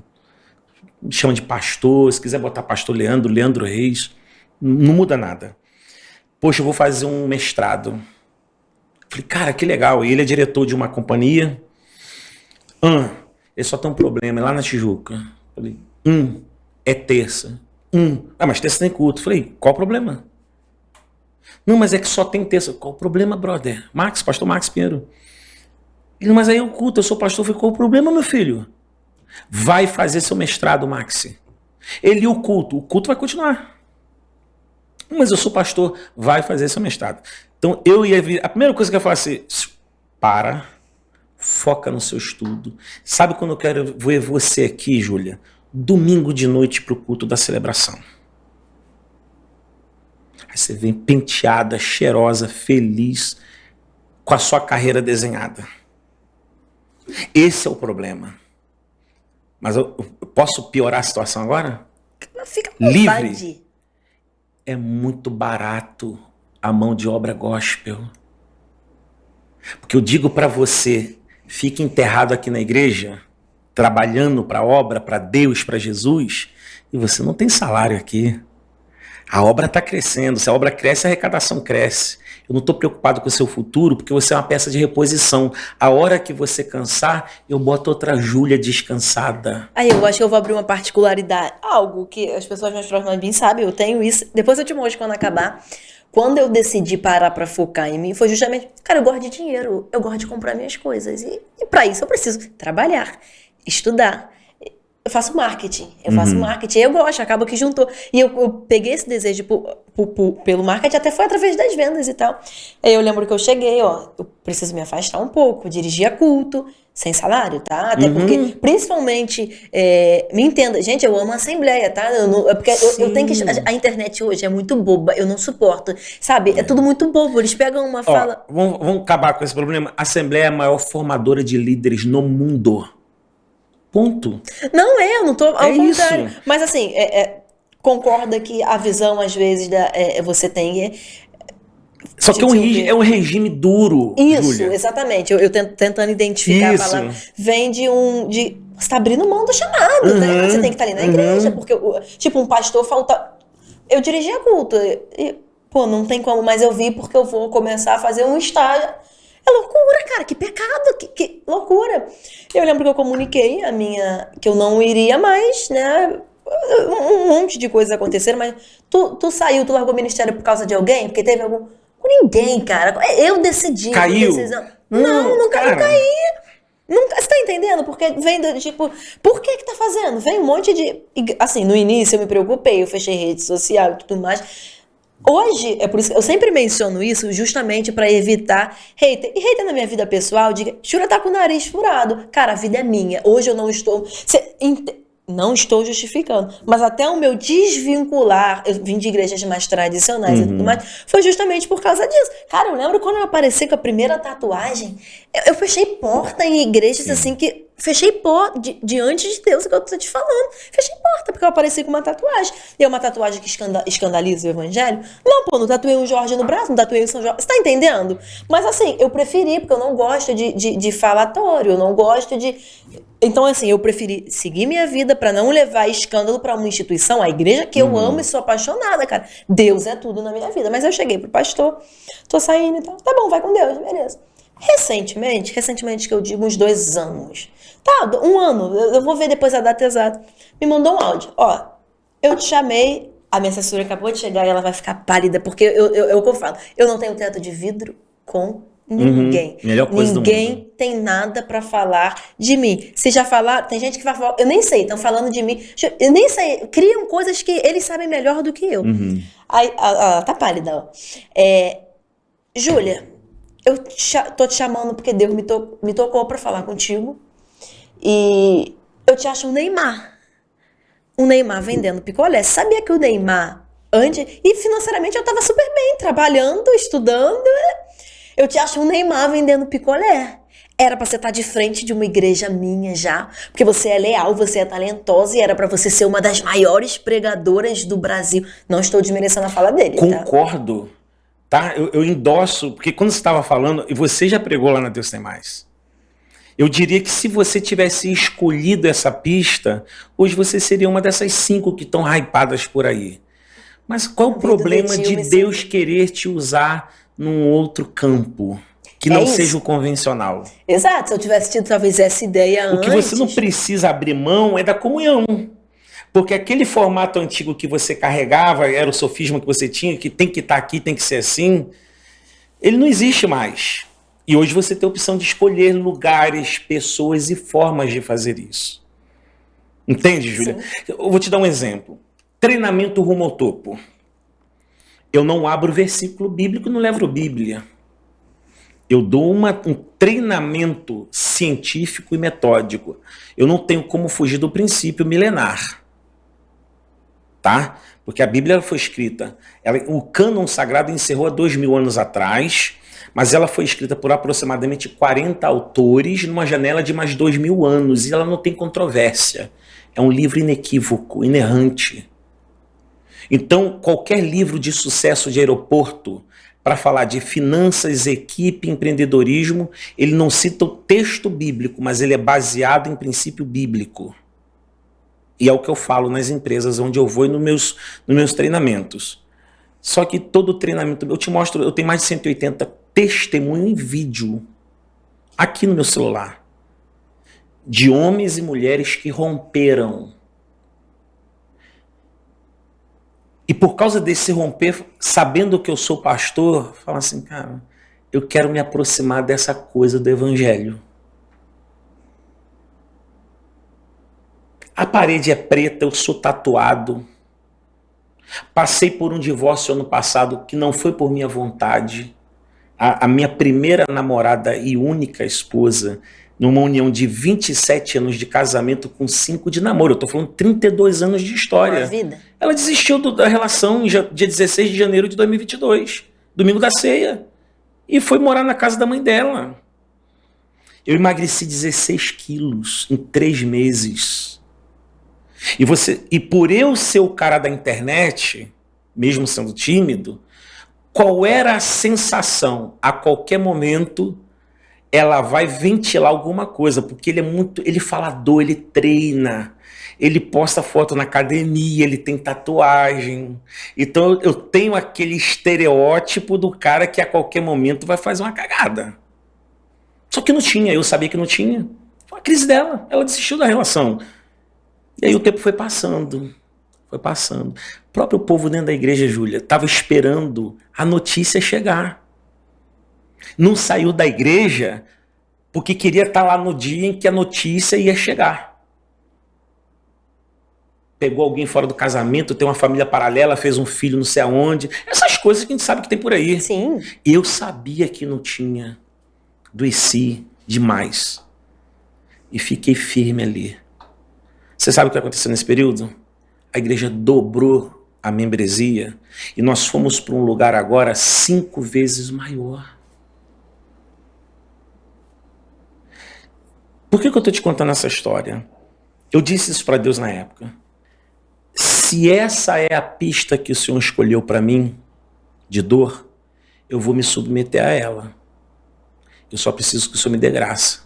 Se o Senhor quiser fazer da minha vida uma parábola para isso inspirar alguém de alguma forma, eis-me aqui. Só não deixa eu morrer. Hoje, eu não sou o melhor amigo da minha ex, mas hoje eu estava falando com ela está em Portugal, e ela postou um negócio lá, eu falei, e aí, tá tudo bem? Tá tudo bem? Não sei o que. Não sou inimigo dela, ela não é minha inimiga. Eu quero vê-la bem. Ela é a mãe do meu filho e foi a parceira que caminhou comigo 32 anos. Se isso não é evangelho, eu não sei o que é evangelho. Porque eu não preciso fazer mal a quem porque ela me fez mal. Talvez não por querer, mas aconteceu. E me fez muito mal. Mas eu decidi não pagar com a mesma moeda. Então, Júlia, se hoje você ainda não está naquela pista de pregadora, porque você está focada e você tem o seu podcast, você está fazendo sua faculdade, eu aprendi o seguinte. O barco de Pedro foi o púlpito de Jesus um dia. O seu podcast pode ser o púlpito de Jesus. O seu setor de marketing pode ser um púlpito para o reino. O meu treinamento é um púlpito. A Igreja da Barra nasceu com Manhã de Paz. Eu não cobro nada para fazer Manhã de Paz, eu não tenho oferta, eu não boto meu Pix no Manhã de Paz. Eu estou lá todo dia fielmente, de 8 às 9, pregando 1 hora todo dia. Só que sabe quando que nasceu Manhã de Paz? Nesse período. Quando o André foi embora. Eu ficava sozinho em casa, me sentindo muito solitário, porque o Matheus já era casado. E o Manhã de Paz foi uma forma de eu ter uma companhia pela manhã. Só que se você assistir, eu tenho os Manhãs de Paz, estão salvos no meu Instagram. Assiste os primeiros. Eu abri a câmera, lia o salmo e chorava. Eu não tinha muito o que dizer. A dor era muito aguda. Teve um dia que eu estava lendo um salmo, Salmo 5. Você sabe o que está escrito no Salmo 5? Nem eu. Só que eu fiz uma enquete no meu stories, falei assim, que salmo vocês gostariam que a gente estudasse essa semana? Botaram 23, 91, Salmo 123, Salmo 146, salmos conhecidos. Uma irmã botou Salmo 5. Viu a diferença ali, né? Curiosidade. Eu fiquei curioso. Falei, eu vou aceitar o desafio. E naquela manhã, que ainda com a dor aguda, botei lá minha vinhetinha, que é a minha musiquinha já de 2 anos, e comecei a ler o Salmo 5 com um fundo musical, chorando. Porque era um momento de muita dor aguda. E, sem querer interromper, já interrompendo, nesse período as suas ovelhas já sabiam até então do seu divórcio? Com 15 dias eu fui para a igreja no púlpito e falei, minha esposa foi embora. Eu não sei porquê, foi uma coisa assim inexplicável. Ela não falava comigo, ela não falava com o Matheus, ela não respondia a ninguém da igreja, ela estava na casa da mãe dela e ela não queria falar com ninguém. E aí eu fui para a igreja com 15 dias, Júlia, porque eu falei, a igreja, eu devo satisfação à igreja. Isso é muito bacana, porque tem líder que, tipo, a minha vida pessoal, é o que eu falo, a minha vida pessoal, de fato, eu posso estar na igreja, mas não desrespeita aos demais. Mas a partir do momento que você lidera um povo, querendo ou não, você todas as tuas ovelhas se espelham em você, né? A tua vida é o exemplo da igreja. Que massa isso. E teve uma experiência nesse dia que eu fui contar para a igreja. Era uma terça-feira, dia de culto. Toda terça-feira eu vou pro barbeiro. Aí eu fui pro barbeiro no Felipe. Ele começou a fazer meu cabelo e eu comecei a sentir meu coração socando o meu peito. Falei, cara, eu vou infartar. Eu falei, Felipe, cara, eu tô passando mal do coração, quero ir embora pra casa, que eu tô passando mal aqui, eu acho que eu tô infartando, mano. Não, mas a tua barba tá pela metade. Eu falei, velho, eu tô infartando, irmão. Eu vou pra casa, eu vou pedir uma ajuda. Só que não era infarto, era crise de ansiedade. Eu nunca tinha tido crise de ansiedade. Eu não sabia como era uma crise de ansiedade. Então, por quê? Porque nesse dia era o dia que eu ia encarar a igreja e ia dizer, olha, a minha esposa foi embora de casa. E eu sempre fui um cara assim, como eu não tive pai, eu sempre guerreei muito com família. Caramba! Entende? Então, assim, eu admitir um fracasso desse no púlpito, para mim, foi uma guerra. Mas eu precisava ser verdadeiro. E eu vou acabar esquecendo de te fazer essa pergunta e vou aproveitar esse meado. Hoje, acho que, principalmente nas igrejas tradicionais, o divórcio é condenado. Sim. Né? E do tipo, separou, a pessoa vai viver debaixo de uma maldição, se casar de novo. Você já deve ter escutado isso várias vezes. Eu cresci ouvindo isso. Sim, na verdade a Bíblia ela fala algumas coisas sobre divórcio. Primeiro, Deus odeia o divórcio. Sim, isso eu sou totalmente Como de acordo profeta com isso. Malaquias diz isso. Um dia perguntaram a Jesus o que ele achava sobre o divórcio, porque a lei de Moisés dava o precedente em caso de adultério. E aí Jesus explicou, olha, realmente, nunca foi vontade do Pai que isso acontecesse, mas por causa da dureza do coração de vocês, em caso de adultério, a parte ofendida pode pedir para se desligar da aliança. E aí a parte ofendida fica desobrigada a seguir a vida. A parte ofensora, ela vai carregar agora essa marca. Só que hoje, Júlia, a gente está numa igreja da pós-modernidade que não é só adultério. A gente hoje tem agressão física, agressão verbal, agressão psicológica, abandono do lar. E se um pastor não considerar esses vetores na hora de apacentar um casamento, é por isso que uma mulher foi assassinada na Bahia. Porque ela falou para o pastor, meu marido me agride, e o pastor falou assim, vamos fazer uma campanha de oração. Não é campanha de oração, 190 no safado, e você saia desse casamento, a igreja vai te ajudar. Só que é uma visão sua, o que eu acho o máximo é a minha visão também. Só que eu já vi, eu início de culto, dirigia culto com minha irmã e chegava pra ela, irmã, não abandona, Deus te deu, a alma dele, até isso, cara, colocaram a alma do cara, que a Bíblia diz que a salvação é individual. Aí eu sou Messias da alma dos outros agora? A alma dele tá ligada a sua criança, Senhor Jesus Cristo, será salvo tu e a tua casa. Pô, o cara arrebentava porrada nela, batia nela. Não, aí ela separou depois, foi contra a igreja, foi disciplinada, hoje ela é casada, feliz, teve outros filhos. Cara, que loucura, né? Então, eu te perguntei justamente por isso. Você já deve receber hater, tipo, você tem tatuagem? Tem. Tu deve receber hater? Muito hater. Já tinha por conta desse meu perfil de tatuado e tudo. E aí, quando o ocorrido, isso piorou. Piorou muito. Eu perguntei à minha diretoria, vocês querem que eu entregue a presidência da igreja? Não, eu não sou o patriarca dessa comunidade. Eu sou um pastor. Então, se vocês não me tolerarem nessa condição, eu vou entender perfeitamente. E não tive problema quanto a isso. Posso te falar onde está o problema? Na minha cabeça. Eu ainda lido com crises no sentido, por exemplo, esses dias me chamaram para ministrar no culto de casais. Eu não vou. Por uma questão de bom senso. Porque eu hoje não me encontro legitimamente validado para isso. Não porque o casamento não deu... Quando não dá certo é culpa dos dois. Mas não fui eu que provoquei esse divórcio. Mas como que eu vou lá divorciado ministrar para casal? Então eu não vou nem quando a minha igreja faz evento de casais, eu não vou. Eu quero provar o que para quem? Hoje a minha condição é essa, cara. Entende? Essa é a marca que eu estou carregando nesse momento. E tá tudo bem, abre aspas, até que isso mude. Mas enquanto isso não muda, o que eu faço com o que me aconteceu? Anota isso aqui para você. Não existe poder no que me acontece.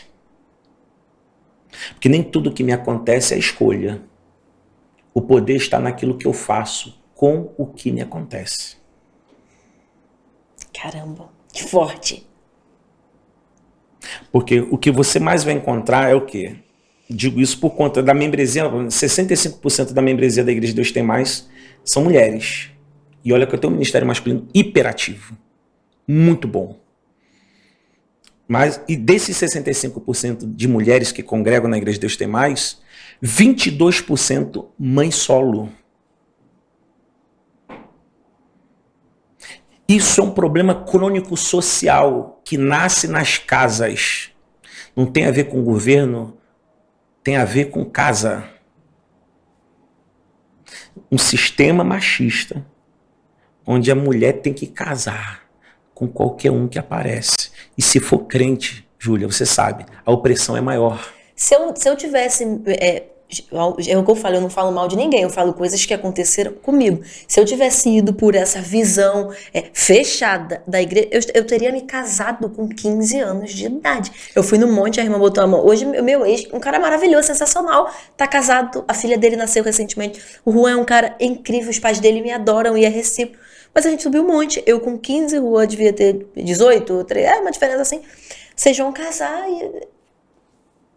Cara, eu falo isso, é onde eu recebi muito hate, é onde eu não me enquadrei na visão de que, cara, um jovem com 14 anos caiu, errou, e vai forçar uma criança de 14 anos a casar. Você não corrige um erro com outro.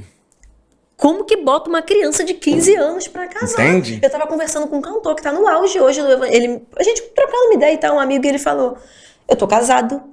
Aí meu pastor me pediu para casar, senão eu não poderia exercer ministério. Vive disso, vive do ministério itinerante. Minha filha nasceu, eu sou casado por isso. Só que eu vivo num casamento infeliz, eu não tinha amor suficiente para casar. Cara, que loucura isso de forçar. Porque é normal, são coisas que eu passei. Não comigo não, tá? Mas de vir perto. Caiu 15 anos, caiu com o namoradinho que tinha, né? Lá, tiveram relações sexuais antes de casar. Tem que casar. Casaram. Não é assim que se resolve essa dor. Houve uma fornicação, corrige o ponto. Mas vamos casar. Inclusive, eu tenho um vídeo meu que ele se tornou... Não foi viral porque ele deu 1.400.000 visualizações. Não chega a ser viral. Mas ele deu uma estouradinha, que foi quando aquele ator da Globo falou, eu tive que pagar o jantar da mulher e eu tenho um desconforto com isso. O Caio. E aí uma ovelha que conhece meu posicionamento em relação a isso falou, porque eu não sou um cara muito antenado nesse tipo de informação. Mas aí eu peguei como era uma pauta quente na internet, eu falei, eu vou navegar nisso aqui. Era uma fala de antiga minha, onde eu falo assim, um homem tem que cumprir os três P's dentro de uma relação, proteção, provisão e promoção. Aí no meu vídeo eu falo assim, um certo ator da Rede Globo, até um cara boa pinta, falou sobre o desconforto de pagar uma conta por obrigação, né? De ter a obrigação de pagar a conta. Eu falei assim, meu camarada, então você não sabe o que é ser homem, porque na verdade o homem tem prazer de prover. Ele se sente feliz em prover. E outra, não é só prover não, é proteger e promover também. Porque se um homem não tem alegria de sair de manhã, matar o leão e trazer a carne para ser assada de noite, ele não entendeu o que é ser homem e ele não sabe nem qual é o seu papel dentro da relação. Gente, perfeito, é isso que eu falo todos os dias. Não é que a mulher não possa ser independente, ser de Suza. Não é isso, mas é o que eu falo. Energia masculina e feminina, balanceada. Exatamente, eu tenho um vídeo. Nossa, eu sofri muito hate. Eu tava com essa camisa, inclusive. Foi com o Luan, gravando com o Luan, e foi só o corte, esse episódio nem foi ao ar ainda. E eu falei isso. Cara, são homens se tornando homens femininos. Eu não tô falando de que a mulher... Eu sempre explico isso. Eu não ligo mais pra hater hoje. Fica à vontade. Vocês me engajam. Fiquem à vontade. Tá entendendo? Mas eu falei isso. Não é que o cara tá lá quebrado e ainda não recebeu, que eu não possa pagar a conta. Não é isso. Mas o prazer dele... Tipo assim... Já aconteceu. O Juan tá aí, um dos caras mais cavalheiros que eu conheci na vida. O Juan, meu namorado. E o Juan... Cara, deixa que eu pago, eu tô com o cartão aqui, deixa o cartão no carro. Tá maluco, eu vou no carro buscar o cartão e você não vai pagar. Não é que a mulher não possa fazer, que ela não seja capaz de fazer. E pra mim é onde...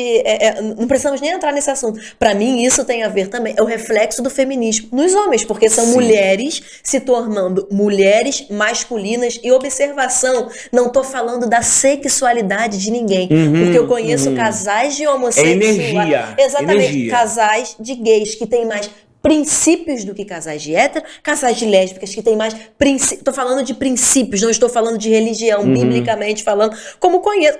Você está entendendo que não é sobre a sexualidade de ninguém? É homens masculinos que estão se tornando em homens femininos e mulheres que estão se tornando mulheres masculinas. E aí que tá, tem gay que é mais homem do que hétero, Sim. como o Caio Castro, que ele não gosta de ter a obrigação de pagar. Concorda comigo? Porque se tu concordar, eu vou ficar muito feliz, tipo, ganhar a noite, cara, concordou comigo. Se discordar, tudo certo. Eu ensino lá, na verdade, os homens lá da igreja, eles são ensinados o seguinte, mano, você tem que correr atrás.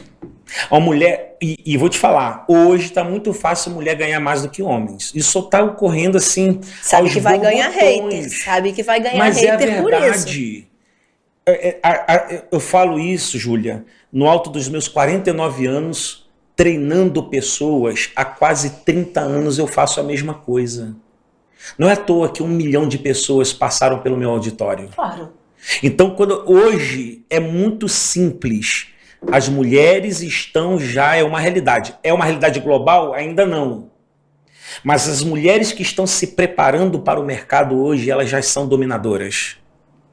Só que eu digo o seguinte, minha filha, você pode ganhar 3 vezes mais do que eu. Inclusive, você pode ser até o esteio financeiro da conta da casa. Agora, quando a gente estiver numa situação em que eu preciso, por exemplo, dá um exemplo bobo, pode parecer bobo. Estou numa mesa contigo comendo. Eu chamo o garçom. Princípios. Amigo, agora eu já vi mesa que o cara tá ali igual um mané. E a mulher fala, ô, garçom! E o cara igual um gato. A energia masculina dela engolindo ele. É vergonhoso, cara. Vergonhoso. E isso está se tornando corriqueiro. Mas nunca vai ser normal para mim. É comum, é constante, mas não é normal. Nunca vai ser normal. Até porque, mas isso é de agora? Não, isso sempre foi assim. Abraão, Isaac, Jacó, José, Gideão, Josué, Daniel. Não tem jeito. Só que essa deturpação, ela só faz mal. E aí os homens estão se casando, sabe com quem, Júlia? Com o protótipo da mãe. Porque ele saiu da casa da mãe. Eu vou ferrar um montão agora. Ele saiu da casa da mãe e está levando a mãe para o casamento noutra mulher. E se uma mulher se presta a ser mãe do marido, ela está desgraçando a relação. Cara, eu não sou muito de assistir reality, não. Já fui. Mas já viu que saiu com aquela Fernanda Souza, o Ilhados com a sogra? Já ouvi. Eu vi no Netflix esse exatamente, eu vi pouco. Cara, tinha um lá, ele, tipo assim, se é o caso, se eu escolher casar, cara, eu sou muito a favor da família, cara, eu acho o casamento uma das coisas mais perfeitas que Deus criou. Eu sou muito que as pessoas veem alguns posicionamentos, sou contra uma criança de 15 anos casar, ponto. Mas não sou contra o casamento, eu sou apaixonada pela instituição, sabe, pelo casamento. É um projeto de sucesso, sim, claro. Porque hoje é banalizado, né, hoje atrizes como a Thaís Araújo, a Débora Seco, perdão, que chama uma terceira pessoa ali pra dar uma... Estão banalizando o casamento. Então, assim, eu sou muito, muito a favor do casamento mesmo. Então, assim, vou me casar. A partir do momento que eu vou me casar, minha prioridade é quem tá do meu lado. Na hora de eu tomar uma decisão, a partir do momento que eu me caso, hoje não. Hoje, às vezes, mãe, vou viajar. Eu ligo pra minha mãe pra contar. Mas a partir do momento que eu me caso, a primeira opinião a ser ouvida não é a opinião da minha mãe. Isso. Minha mãe vai ser sempre a minha mãe, que é o amor da minha vida. Entende? Eu posso morar em outro país. A minha mãe vai ser sempre o amor da minha vida. Aí o cara um banana, cara. Esqueci o nome, é até bom pra... Esqueci o nome. Depois eu até falo quem é. O cara, na hora de tomar... O cara não tinha pulso. A mãe falava mais alto que ele. Ele deixava a mãe falar alto com a esposa. A mãe e a esposa tinham um atrito. E aí, no final das contas, ele saiu como bananão. Porque a mãe e a esposa, não. A culpa é dele. A mãe achou que a culpa era dele. E a esposa achou que era a culpa dele. E tem esse lado do homem ser um bananão. Só que tem mães narcisistas demais também. Sim. Existe o outro lado também, né? Mas aí é o cara, o filho... A postura tem que vir que dele. tem que falar assim, olha só, mãe, sou grata a você, você cumpriu sua função lindamente, você sempre vai ser o amor da minha vida, mas você não é mais a mulher da minha vida. É isso. Então assim, você é minha mãe, só que agora eu tenho uma mulher. A sua honra não foi dada a outra pessoa. Isso até me arrepia. Porque essa honra que é sua sempre vai ser sua. Eu não estou dando a sua honra para essa mulher que chegou agora. Ela ganhou uma nova honra, que é diferente da sua, mas agora vai ocupar um espaço maior que o seu. Só que cadê o cara para falar isso? Sabe por que não fala? Porque ele vai casar contando com o cartão de crédito do pai e da mãe. Não, a mãe que passava a roupa deles, Lógico. que lavava, que fazia comida pra eles, moravam no apartamento da mãe. Entende? O cara casa, mas ele casa assim, não, eu casei, mas o meu pai me inteira 2.000 todo mês. Aí ele realmente não tem condições de se impor sobre os pais, esse desvínculo. Quebra de princípio. Você quebrou o princípio te quebra. Qual é o casamento bíblico? Deixar ao homem pai e mãe. Mas não é deixar só geográfico, é deixar financeiro também. Quem casa quer casa. Agora a realidade é o quê? É pão com ovo, é pão com ovo. Vamos construir. Só que quando o cara casa, mas ainda tem viés financeiro com sogro, com sogra, com pai, com mãe, não tem jeito. Ainda vai ter voz de autoridade, de pai, de mãe, de sogro, de sogra na casa dele. Isso pode destruir casamentos. Não pode não, sempre vai destruir. Que a mãe se sente no direito de ser mais mãe do que a mãe, a avó, né? A avó, com netos. Uma amiga tá passando por uma situação dessa, eles moram na casa da sogra ainda, e a mãe do cara, a sogra dela, acha que ela que tem que educar o neto. Tira a autoridade da mãe, e graças ao cara. E aí a culpa acaba que é do cara. Exatamente. Então, assim, quem tem que cortar esse umbigo, quem corta é o filho. São 2 umbigos, Júnior. Primeiro, quem corta é o médico. O segundo, quem corta é o filho. A mãe não vai cortar. Quem corta é o filho. Essa é a voz. Mãe é mãe. Eu te amo, você vai ser a mulher da minha vida, como mãe. Mas agora eu tenho uma outra mulher, a ela vai ser dada uma outra honra, que nesse momento é maior que a sua. E ponto. E tá tudo bem. Caramba. Porque essa deformação é que faz justamente as aberrações acontecerem. Eu acho que não sei como é que tá o nosso horário. 1h30 já. Nossa. E eu ficaria mais... Eu também. Tem culto ainda, né? Tenho culto vai aqui ter que ter parte 2, gente. Já tá aqui, tô intimando o pastor Leandro pra parte 2. Eu só vou deixar uma pimenta aqui. De tudo que eu falei, se ninguém guardou nada, guarda isso aqui. Para tudo na vida. Tudo o quê? Tudo. Nesse podcast, na política, na sua faculdade, na academia, na igreja, no amor, na intimidade do casal. Qualquer coisa. Precisam ter 3 coisas com muita força. O pessoal nunca mais vai esquecer. Vou dar essa aulinha de graça aqui. É você guardar esse anagrama aqui. TER. T-E-R. Tempo, energia e recurso. Tempo, energia e recurso. Júlia, qualquer coisa na vida que você de verdade der tempo, energia e recurso, você vai ser um sucesso. Caraca, incrível. Eu te admiro já de muitos anos. Eu tô muito feliz que você aceitou esse convite. Mas se não vier pra parte 2, vou virar hater. Vou lá na tua manhã. Volta na parte 2. Só tem que ter mais água aqui pra mim, produção.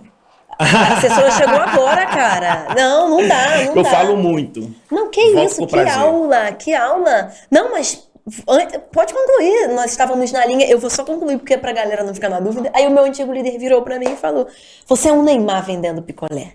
Você tinha que estar vivendo da obra para a obra e passar mais tempo dentro de um avião do que de uma casa. E é isso, o Neymar antes de ser jogador de futebol vendia picolé. Você é um Neymar, você tá vendendo picolé. Porque eu dei uma pausa, até então era uma pausa. Hoje eu tô afastada, hoje eu não tô bem afastada, mas na época era... Na época eu só tava afastada do ministério, eu precisava só me dedicar, estaria os domingos na igreja, tudo bonitinho e tal. E... Tu se arrepende? Cara, eu me arrependo muito de ter me afastado do evangelho. Eu amo muito o evangelho de Deus. Deus é tudo pra mim. Eu digo que se não for Deus, eu não escrevo meu nome. Deus é tudo na minha vida. Me arrependo de ter me afastado do evangelho? Sim. Tenho plano de voltar? Não. Por quê? Porque eu acho que hoje eu não me enquadro dentro do evangelho. Pô, eu era de uma igreja onde eu nunca furaria o nariz. Eu não pintava a unha de vermelho, porque era doutrina. E eu preciso ser fiel à doutrina. Pastor da gente, até quando tá errado, tá certo. Entende? Mas se arrepende? Nem um pouco. Só que hoje existem outros enquadramentos, né? Sim. E aí eu tenho uma notícia que talvez seja ruim ou péssima para você. Pra mim? A vontade de Deus vai se cumprir na nossa vida. Isso é fato. Ponto. Eu poderia usar vários exemplos. Vamos usar de Jonas. Jonas, filho de Amitai, levanta e vai a Nínive e prega. Eu tive lá 2 vezes em Israel, agora eu tive em novembro e tive agora em maio.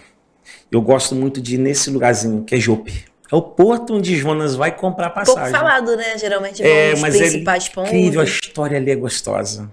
Porque eu conto essa história. Você vai em caravana? Eu faço caravana. Esse ano nós levamos 49 pessoas para Dubai, Israel. E tem uma caravana para 2024, Israel, Grécia. Eu vou contigo. Opa, bora. Nunca mesmo. quis ir pra Israel. Nunca quis, por quê? Porque eu digo que tem que arder o desejo. Até porque tem que ter alguém ali, um líder. E o meu antigo líder, inclusive, é fantástico. Fala muito bem. Mas eu nunca quis, mas eu quero ir contigo. Uma Depois do delícia. nosso bate-papo, eu vou contigo pra Israel. E não é por nada não. Aqui não é o vendedor. Eu faço uma caravana diferente. Por várias razões. Por exemplo, ninguém vai te levar no muro à noite. A minha caravana vai comigo no muro à noite. Qual é a graça? É você, já fui a Paris 3 vezes, é você ir na Torre Eiffel 10 da manhã e você ir na Torre Eiffel 10 da noite. É outro glamour. Tu foi de dia ou de noite? Ou não é? Porque você vai de dia muito perto, é muito enferrujado. De longe não aparece muito. Aí de noite tem muita luz e ela salta. É outro muro. O muro à noite é outra história. Porque de dia tá indo quem? O pessoal da caravana. De noite quem tá? Os judeus. Aí é outra coisa. Mas eu estava falando sobre a questão do quê? Do chamado se cumprir, da vontade do de Jonas se cumprir. lá em Jope. Aí ele compra passagem para ir para Tarsis. E tinha, engraçado, né? Porque Deus podia fazer não ter passagem e não ter navio, mas tinha os dois.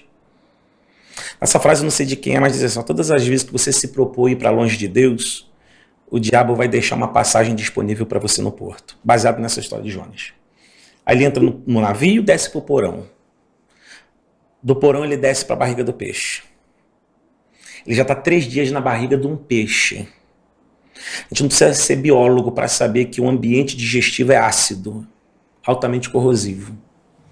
Qualquer coisa na barriga de um ser vivo iria corroer e ia sumir. A carne ia desintegrar. E Jonas está vivo por quê?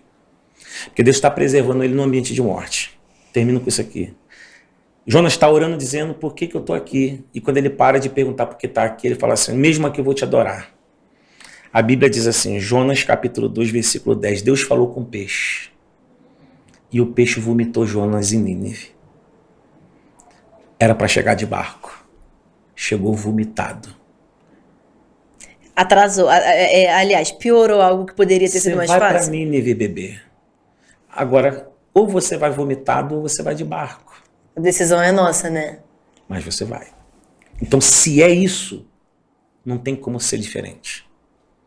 A chance de eu voltar vomitada hoje é muito grande, mas eu gosto disso, eu gosto desse respeito. Seja. Cara, a hierarquia, pô, tu é um líder, é um pastor, tô falando em condição de ovelha, não em condição de amigo, porque eu te considero um amigo, Sim, né? sim. Tanto que quando eu fiz o convite... A gente fala de academia, a gente fala de tanta coisa. Depois de anos, exato, depois de anos, o carinho é o mesmo, né? Uhum. Então, mas agora eu vou falar em condição de ovelha. É muito importante, por isso que antes de iniciarmos a gravação, para não falar que é marketing, eu falei que já admirava a tua visão. Porque talvez um outro, não todos, mas um outro pastor iria me ia te poupar disso. Caraca, não, iria me pegar na crítica aqui de que, tipo assim, não, se eu voltar hoje, você vai pro inferno. Eu sei pra onde eu vou, se eu voltar hoje, você vai pro inferno, você tá fugindo dessa maneira. A forma com que o que tu passou seria, beleza. Agora eu já tô aqui, eu sei que eu vou ser vomitada. Mas entrou no coração. Porque a questão é o seguinte, ele foi vomitado, pregou, Nínive inteira se converteu, e ele tem uma história. Tá entendendo? Não, mas Júlia, eu tenho capítulos de vômitos na minha vida. Hoje eu sei. É isso. O Silas Malafaia tem capítulo de vômitos na vida dele. Ninguém foi obediente o tempo inteiro, cara. Isso, é disso que eu falo. Não adianta querer. Tô falando por causa de mim, não, que é o que eu tô falando. Hoje, na vida de um jovem que tá lá, respeita, porque não vai adiantar a forma com que isso vai ser. Não estou justificando meus erros, gente. Eu não estou justificando os meus erros. Eu tenho muitos. Todos os dias eu erro. Mas a forma com que isso vai ser passado vai definir se você vai revoltar a pessoa ou colocar a tua ideia na mente da pessoa. É isso. Que maestria que você nos deu essa aula aqui hoje. Depois, quando a gente encerrar, eu vou perguntar pra produção o que eles acharam. Aí a produção é muito chata. Às vezes eles ficam assim, vamos embora. E provavelmente eles estão falando isso, não é porque não querem te ouvir, não. É porque tem um gente, tempo, o pastor né? ainda vai pro culto hoje. Eu também tenho um negócio pra resolver na rua, mas assim, promete que vai voltar? Volto, só agendar, vai ser um prazer. Cara, que bom te ouvir. Que aula que você nos deu. Perguntar à produção daqui. Curtiram o episódio? Hã? Adoram. Nossa, demorou, hein? Nossa.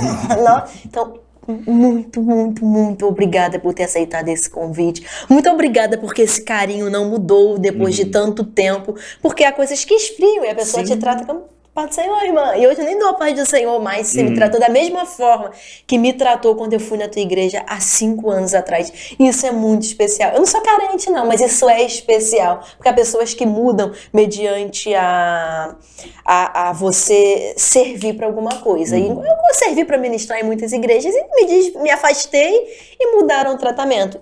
Não me importei, pra ser sincera, eu não me importei e não me importo. A porta tá sempre aberta pra quem quiser sair da minha vida, entende? E ver que o teu carinho não mudou, só triplicou a minha admiração por ti. O convite tá feito pra voltar. E vou deixar você se despedir do teu público, com certeza a maior parte aqui é teu público. E o meu público, até os que não são evangélicos, tem o público umbandista, católico, ateu, com certeza vão admirar o pastor Leandro e o Leandro Reis. Muito obrigada. Eu que agradeço. Bom, vou deixar, não minhas palavras, mas de Paulo aos Coríntios. Ele aconselha, se você quer ter uma vida boa, quer comais, quer bebais, quer façais qualquer outra coisa. Faça para a glória de Deus. Porque tudo que a gente faz para a glória de Deus traz paz e traz resultado. Deus abençoe.